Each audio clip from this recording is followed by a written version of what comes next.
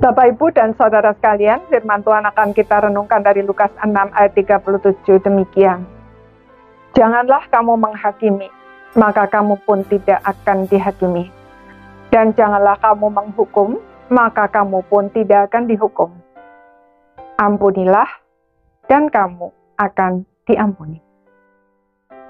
Saudara-saudara sekalian, sebelum membahas ayat ini, kita perlu lebih dulu memahami bahwa kata menghakimi di sini tidak ada hubungannya dengan profesi seorang hakim, melainkan menunjuk kepada suatu cap negatif yang kita kenakan begitu saja terhadap seseorang yang didasarkan pada prasangka buruk tanpa menyelidiki kebenarannya dengan seksama. Menghakimi, menghukum, dan mengampuni sangat erat hubungannya, dan semua itu berhubungan dengan kemurahan hati. Jika kita tidak memiliki kemurahan hati, maka kita tidak akan bisa mengampuni orang yang bersalah, apapun juga kesalahannya. Tidak mengampuni berarti memposisikan diri sebagai hakim yang merasa berhak untuk menjatuhkan hukuman kepada orang yang kita hakimi tersebut. Padahal sebenarnya kita sama sekali tidak berhak melakukannya. Mengapa tidak berhak? Karena kita hanya bisa melihat orang lain dari apa yang dia lakukan. Kita tidak bisa melihat apa alasan dia melakukan hal tersebut. Padahal, suatu tindakan bisa memiliki berbagai alasan, baik yang baik maupun yang jahat. Sebagai contoh, orang yang tidak mau memberi kepada seseorang yang nampak membutuhkan bantuan, bisa karena dia pelit, tetapi juga bisa karena dia tahu bahwa orang tersebut menipu.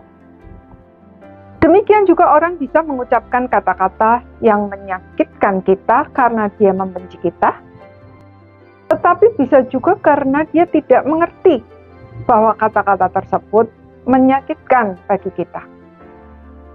Sebaliknya, orang bisa nampak murah hati, padahal sebenarnya hatinya tidak tulus. Ada maksud-maksud tertentu untuk kepentingan pribadi dan lain sebagainya. Hanya Allah satu-satunya hakim yang adil, karena dialah satu-satunya yang dapat melihat sampai kepada hal-hal yang paling tersembunyi di hati kita, yang kita sendiri pun tidak menyadari keberadaannya. Memposisikan diri di posisi Allah adalah kesombongan yang pada akhirnya menjadi bumerang yang menghancurkan diri kita sendiri.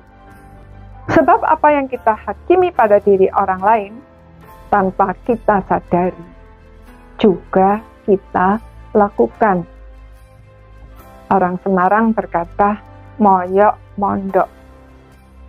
Itulah sebabnya penghakiman yang kita tuduhkan kepada orang lain pada akhirnya berbalik kepada diri kita sendiri.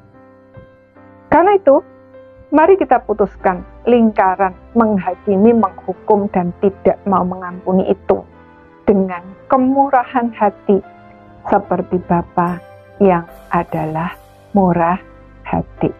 Maka kita pun akan beroleh kemurahan lebih daripada kemurahan hati kita. Amin.